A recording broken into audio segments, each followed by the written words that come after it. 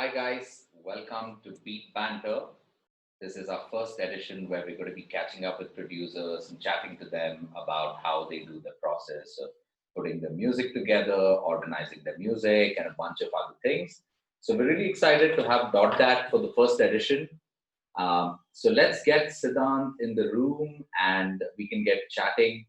dotdat is one of my favorite artists at the moment. He is based out of Pune. And in case you are wondering, I am Ashwin Baburao, one of the co-founders here at Beatworx Studio in Bangalore.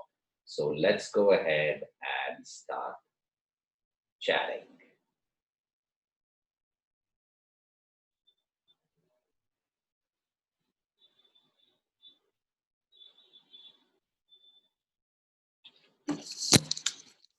Hi, Siddhant. Hi, how are you? How's it going? Quick audio check. Good. You can hear me? All good? Yes. Yeah. Can you hear me? Yes, awesome. So I'm sure, we have to do a lot of prep work before, we get to this, guys. So, I mean, if you think it's like so easy to do these live chats, trust me, it's a big pain, setting up all the tech, doing a bunch of calls. Anyway, nevertheless, we are here with Siddhant. So let's get started. So what have you been up to, Siddhant? How was your day? What did you do today? Actually, not much today. I've just been taking it easy actually today. Uh, I was up till late last night, so slept in. Okay. Slept in this afternoon.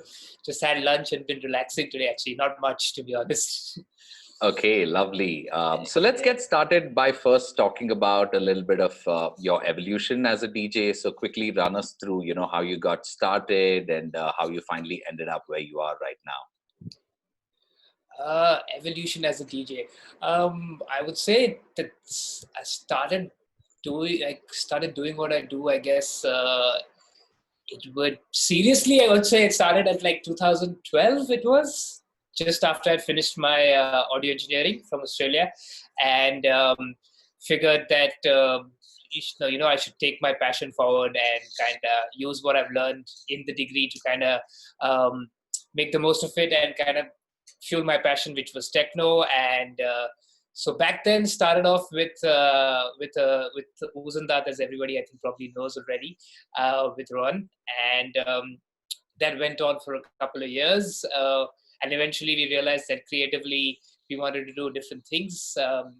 So I think in 2016 is when I started dotdat, um, and yeah, and ever since it's been an I'd say it's been an amazing journey for me because having total freedom, creative control, and trying to do what I want to do is it actually is quite satisfying. So yeah, that's a brief journey. There's quite a bit that's happened in Of the middle, but course. yeah, that's a brief I journey mean, the of where I journey am story right now. never ends. Each time you tell that story, there's a new detail that you remember yourself, Exactly.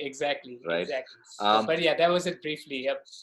Right. I mean, we can see your nice studio there behind. So, can you tell us a little bit about what monitors are you using, your synthesizers out there, and what your favorite pieces of equipment are?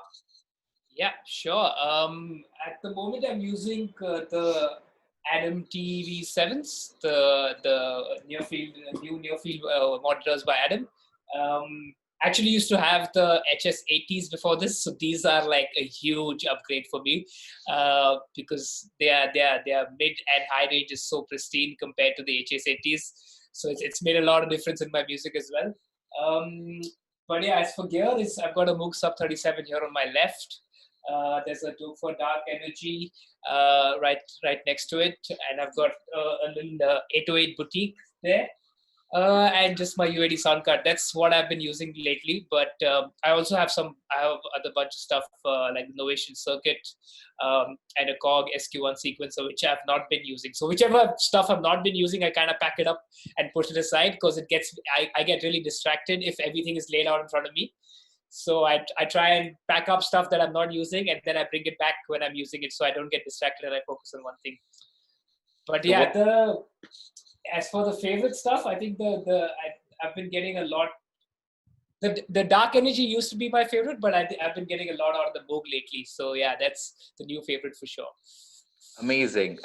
So let's talk a little bit about your music. Recently, you just had a release on Knowledge Imprint, and this was the same track that DVS1 played. You put up this post that made you feel really emotional. I mean, who won't, right? Like Yeah, DVS1 is a fucking legend.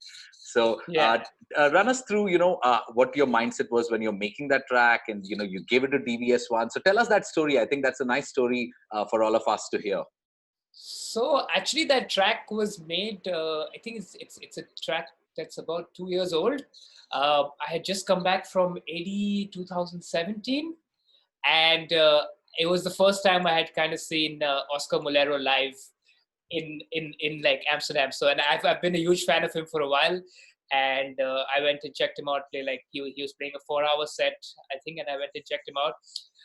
So there was just this feeling inside me that was kind of left post that instance that I want to kind of translate into a track a little bit. So that's the basis of the track. Like that's the feeling that I got in that gig. I kind of tried to translate it into the track. But the idea was simple. It was just to kind of make sure that you have one evolving lead and have like a minimalistic kind of drums and a few percussions kind of just complementing that one, and only one element is kind of evolving in that. The rest is like there's a bunch of modulation on the lead. But yeah, that's how I kind of made the track. And this about the DVS1 story. In last year in November, DVS1 was playing Far Out, so I just went a couple of days early, and he was there as well a day before his gig. Just went and hung out with him, had a chat with him, just got to know him a little bit, and I'd kind of made a USB demo for him. So I just handed it over to him, saying like, "Yo, hey man, check it out. This is just some bunch of music, like just a bunch of music that I've made. Um, and yeah, let me know what you think whenever you have the time." And he just said, that I check everything that's given to me, but I just check it like in my own time. So don't expect any feedback, replies, or anything. And I'm like, great, it's, as long as you hear it, doesn't matter. And the next day he was playing, and I was there, of course, listening to him, and he just dropped it. Like he dropped not one but three of my tracks. So it was quite a surreal feeling because firstly, I didn't expect him to hear it on the same day or within a day. Secondly, I didn't expect him to play it. Thirdly, I didn't expect him to, after playing it, he kind of gave me some feedback, and I didn't expect that at all. So it was like, that's why I say it was a bit emotional for me, because I thought that this would happen, but I didn't know that it would happen so soon. Like I always manifested this happening to me, but I didn't expect it to happen so soon. So it was like a super touching and like grounding feeling for me. And I was talking to someone else about this, and like they were asking me the same thing. How did you feel? Like it kind of gave me a productive drive as well. I've not been more productive. I've been like the most productive I've been ever since that day in my life, just because it kind of gave me a kick in the butt, and like a good kick in the butt. Yeah. So that was exactly the next question that I was going to ask you, saying, how did you translate that energy? And you answered that already. Yeah. So Yeah. that probably led you on to the next awesome thing that you did, which was the 21 day challenge. As soon as the lockdown was announced, you and a bunch of True. producers said, okay, every day we're going to churn out a beat. So I can see that this is a part of the energy that was, kind of manifested from everything that was happening around. So tell us a little bit about, how you came up with that, and what were some of the biggest challenges or some of the things that you even realized during that time, right? Just Yeah. churning out 21 tracks every day, 21 tracks in 21 days. It was actually it was me and Winston were just the lockdown was going to be kicked. We could see it was like the whole world was kind of getting locked down, and we could see it happening to us as well. So just before the prime minister announced the first 21-day lockdown, Winston and me just had a chat, and we were like, you know what? Everyone's doing these challenges and stuff, but these challenges are just being done for social media purposes or just for post sakes. Let's do it. Let's not do this as a challenge. Let's do this as a challenge for each other, and use this kind of time to push each other and make more music, and use this opportunity to kind of finish music, and let's see how we can push ourselves within this time. So the idea was just basically, it wasn't really a challenge. It was just a thing that we wanted to do to kind of, me and Lindsay wanted to do to kind of push each other and make music. But yeah, and that's not how it started, but it ended up being quite a satisfying experience, because like you said, we learned quite a few things out of it. Firstly, I didn't think that I'd have it in me to kind of do 21 new tracks in 21 days. So that was surprising. So we learned that, okay, cool, we can do this and it's possible. And also the fact that having that pressure of posting it kind of made you finish that track every single day to a certain point where it sounds good, say on your phone, or sounds good to you, or whatever it is. So this is a challenge of having it just having it sound good within a day, and also laying down the idea. That was a really cool experience. But the whole idea was, like I said, was just to kind of push each other and make sure that we are utilizing our time in this lockdown and not just wailing away Netflixing and stuff, and every night we'd call each other and be like, yeah, what have you done this today? Have you done that today? Have you done so it was just like a personal kind of push for each other. So yeah, we just wanted to stay, I guess, Keep yourself inspired by each other. motivated. Yeah, motivated and kind of inspire each other to keep working. And every day he'd be like, I've done 2 today. And that kind of pushed me to do 3 the next day. And I'd say, I've done 3 today. He'd be like, okay, I'm going to do this. So it was like a good friendly competition. Right. For a lot of people, it's so hard to push themselves to even get into the studio and get started, right? So what was the primary factor that was pushing you every day to just, go on and go on and on for 21 days? What was the primary motivation coming from? Was it from the fact that, okay, I want to share my music out on social media to the world? And we as DJs know people don't give a shit when we share music, Yeah. You share music Yeah. and that has the lowest amount of reactions. We all know that. And that sometimes can be disappointing. You're like, hey man, what are you guys following me for? To see the food that I eat or the music that I make? Right? So this would be like a nice piece of information for a lot of producers in order to understand, how you pushed yourself. Because if somebody can do that even for 7 days, I think they can achieve a lot out of it. Yeah. I think initially the push was, to be honest, like I said, we were personally calling each other up and pushing each other to work. That was one of the that was one of the major factors. But apart from that, post the first 3 or 4 days, I think both of us, this happened for me, and I know it happened to Linston as well. It just automatically kind of became routine. And there was just this feeling that it doesn't matter if I have to post, it doesn't matter what I have to do, but it just became this really amazing feeling of achieving an idea and finishing it to a certain level within a day. So I kind of got addicted to that feeling, and that just was the major drive, I guess, for me. And yeah, I just tried to and the funny thing was that every day I'd go in and I'd try to do something different than I did the day before. So if I started a track the day before with, say, I started with a kick drum and a bass line, the next day I'd start with a lead. So I think that's what kept it kind of refreshing for me, is the fact that I just didn't go and do the same thing every day, even though I was making techno tracks every single day.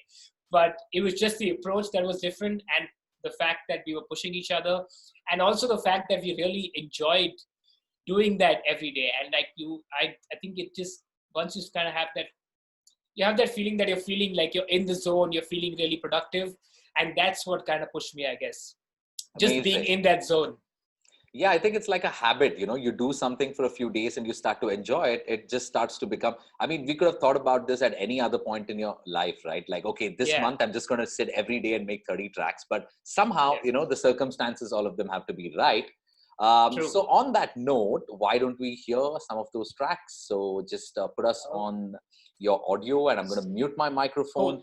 Cool. Maybe you can talk a little bit about that track, if you remember what you were going through that day, and how you translated that into a musical energy, right? Cool. I've actually, most of my projects are still in Ableton, haven't been bounced out. They've only been bounced out into clips of clips enough to post on Instagram. But I have a couple which are bounced out and finished, which I've been trying to mix everything that I did in those 21 days. So I've got a couple mixed here. So I'll just share that. Hang on, let me just share my screen and share my screen and my audio. Just a second. So I'm going to go on mute now. Yeah, sure. Can you hear me still? All right. Cool. So this one, actually, I'll just play you a couple of them. This one, this was initially, I think this was in the first week of the 21 days. And like I said earlier, I was just experimenting and stuff. So I just switched on my Moog one day and I just jammed out I jammed out, hang on a second. I just jammed out on the Moog a little bit and got this kind of lead line going. And I was like, okay, wait, I just want to do one live take and record a track for like 6-7 minutes and then go and kind of chop it up. And so I just had my drums going on Ableton and I was just jamming on the Moog, and this is what came out of it. This was one of the first few from the 21-day challenge. Let me know if you can hear it.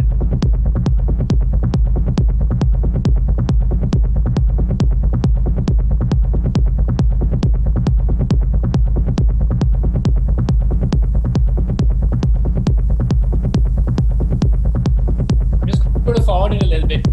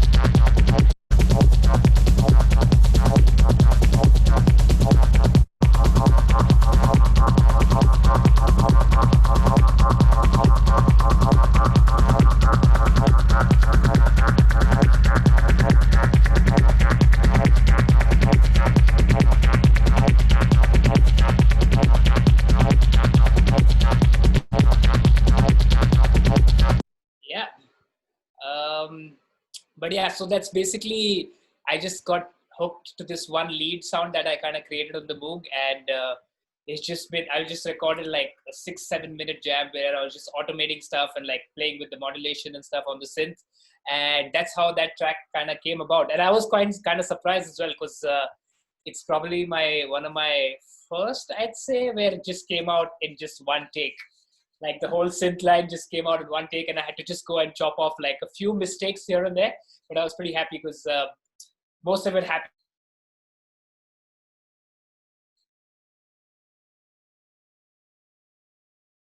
I did not post. I think I'll show you guys something new, because I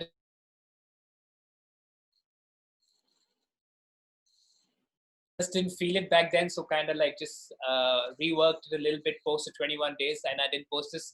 But the beauty of this track is it's only like 5 channels. A kick drum, hi-hat, and 2 synth lead lines, and like the bass is kind of coming in through with the kick. The kick drum is enough to hold the bass line a little bit. But yeah, I was in a mood where I wanted to create something super simple and more like a tool, which I could kind of use to layer on my tracks when I'm playing live and stuff. But yeah, so I just I named it Nudge the Grudge.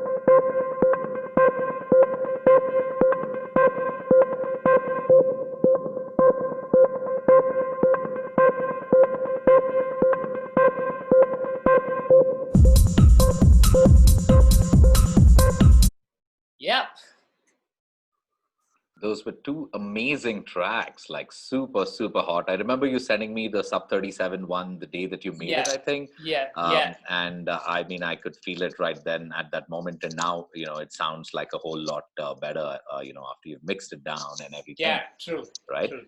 So while we're Yeah, now at your screen share, another thing that I wanted to ask you a lot of times, this is one of the most common questions we get asked here at Beatworx about how different artists organize their music.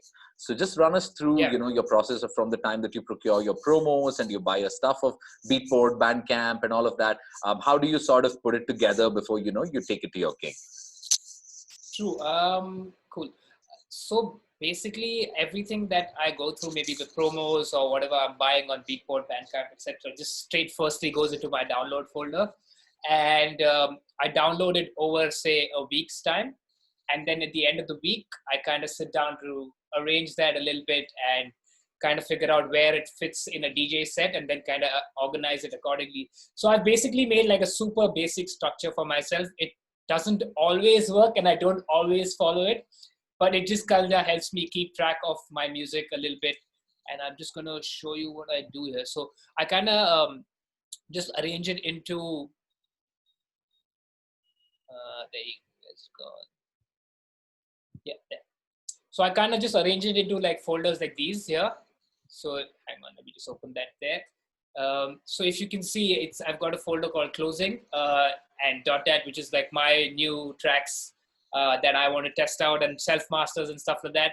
I've got a folder called hypnotic, which is just like music that I would kind of play peak hour and also have it a bit. It's a bit trippy as well. And then I've got a folder called mind, which is also I edited it today. Which I added some more music this morning, in fact, actually. And so yeah, I have music like that, mind, which is kind of just mental music a little bit, and it's not specially meant for the dance floor, but I kind of like to layer it.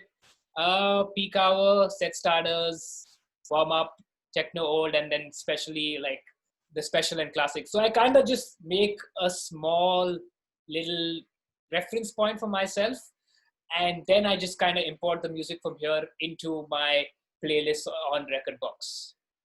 And if I open up the folder here, if you go here, it's all like labeled a little bit with color. Sorry, yeah, it's got like yellow is a bit like heavier, blue is easier, early start, start early on the set, and then I've got like these are super old, so I think.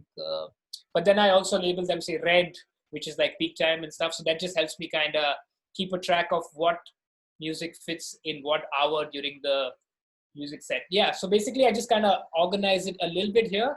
And also in my downloads, I have a folder saying new promos. So whatever is new, I kind of organize it in that folder first and then bring it in here and then segregate it according to where it fits as per my, like, I say as per my liking. And then just once it's into, I haven't done this for a long time because of the lockdown. I haven't done it for 3 months, but once it's in Recordbox, and then I put my star ratings and like stuff like that in Recordbox to kind of just make it further organized. But to be honest, like I am not the best at this. I like to keep my music a little bit, 80% of it is organized, but 20% of it is just random, so that I have those moments where I kind of feel lost when I'm playing and I just go and do something at the moment that feels right. Because if you organize too much, then the chance of like you having to do things spontaneously on the go is a bit reduced on at the console, because you're only on your CDJs and like you don't have a laptop screen in front of you, right? So I kind of leave a lot of it unorganized just so that those random moments, I give space for those random moments to happen. Okay, Yeah. lovely. Looks like it's a very old school way of organizing it, like in a very Yeah. vinyl sort of a fashion. You just sort of tag your music into what space it belongs to. Yeah. And then you have that element of surprise. And one of the things with techno is, I mean, nothing really feels old or new. I mean, if you know what I mean. True that. It's Like that's why I have this folder saying old, but like I'm also I mean, you always, find new yeah, stuff that sounds old school. You find old school exactly. stuff that's like, wow, this was made in 1993. And True. yeah, also, I mean, compared to other genres, which are driven by music and melody, techno is rhythmic, and it's so much you can do by, throwing stuff that you never could possibly even put with each other at the Yeah. same time, right? Okay, lovely. So I think we can close our screen share and we will Sure. do a small round of rapid questions before we end off this session, right? So I'm going to Sounds good. shoot questions at you. You're not going to think for a second. You're just going to answer them like ASAP, okay? Done. Your favorite BPM? 137. Okay, there you did take a second to think, but Yeah. responses, right? Favorite record label? That's a tough one. I don't really have a favorite record label.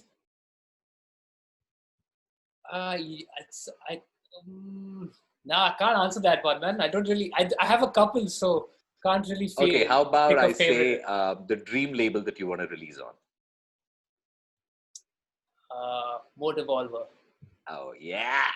So I Yeah. think the next question is not relevant if I say who's your favorite DJ. Is it Planetary Assault Systems? I wouldn't say No? favorite DJ. I would say favorite producer for sure. Yeah, sorry. Yeah, That's what favorite producer for sure. Yeah. Favorite DJ, DVS1 and Freddie K, I'd say. Okay, a piece of gear that you would love to have in your studio. Piece of gear that I would love to have in my studio. I think I really want the analog rhythm, the Mark II at the moment. So that's on my list next. So I would say that, yeah.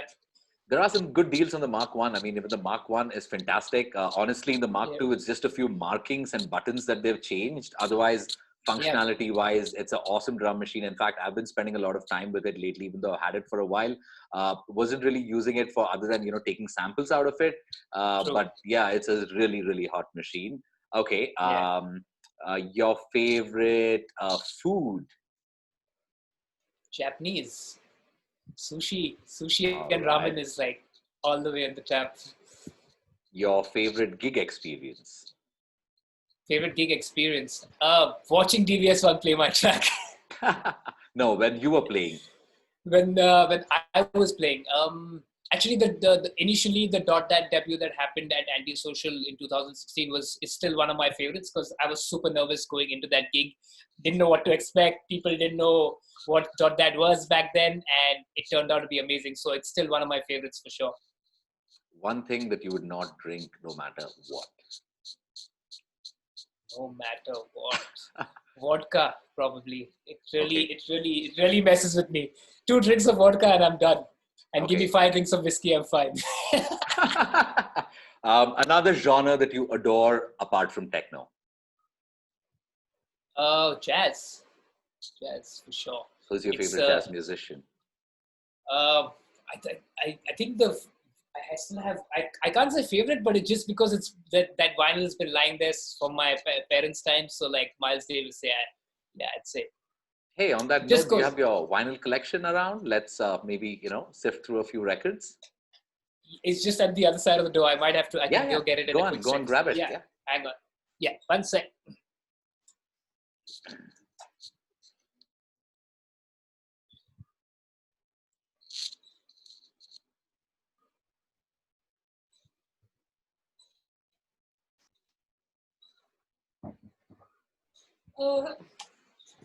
Yeah, I just grabbed a bunch. Awesome. So just pull out a few of your favorite records. Tell us where you bought it, and what is your favorite record on track on that record.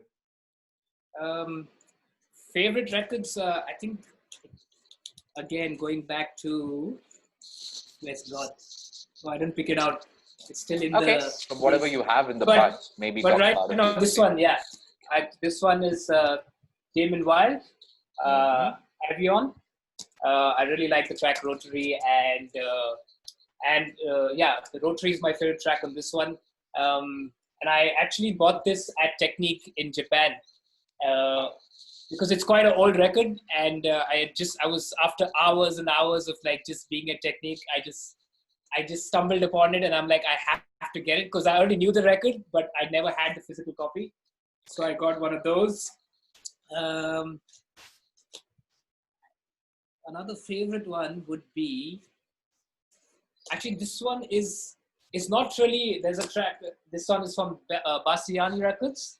And it's a VA, but I actually didn't buy this because of the techno on it, but there's like one house track in here by Concelli called Disco Trance from the USSR. And it's such a groover. I just fell in love with it. So I just, there's a bunch of techno records on it, but I don't like any of them. But I just bought this record because of that one track, which is really good. What else do I have? I have a bunch of stuff. Actually, like one of my favorite ones is the Luke Slater Freak Front, which I didn't pick out. It's still in the stand. Okay. It's still in the stand. Yeah, But that's a classic. That's an all-time. Yeah. Classic. And it's amazing because I always, every time I listen to that record, I'm thinking to myself, I was only 4 years old when that record came out. So every time I look at it, admire it, and listen to it, and I'm like, okay, wait. Even back then, he was still a legend. Is he still a legend? I know. I wonder what you thought of, that music when you're 4 years old, and if you actually heard it. Exactly. I probably wouldn't understand it. But that's also another record. Again, I found that record again at Technique in Japan. But I have one of my favorite records here, actually. It's actually from this Berlin-based artist called Falling Apart. And he's got his own label called Falling Apart. This was the series 003.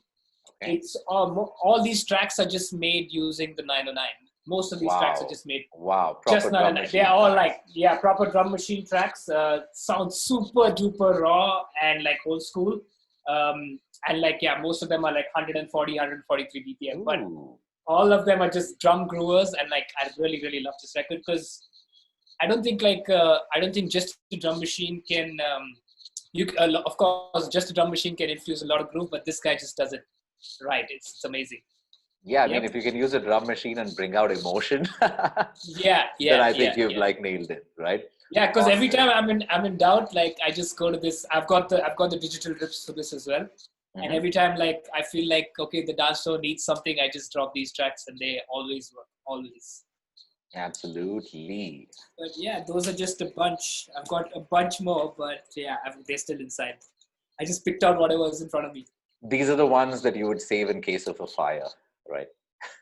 A couple of them are still in the stand. But after you got those, for sure. Right. All right, guys, I think we come to the end of this first session, and it was amazing talking with you, Siddhant, catching up with you, listening to your music and hearing about some of your favorite records, moments, all of that. So we're going to be back doing a lot more of these sessions, guys. So stay tuned in, and that's over and out from me and Siddhant. Thank you. Thank you for having me. Bye-bye. Bye. Cheers.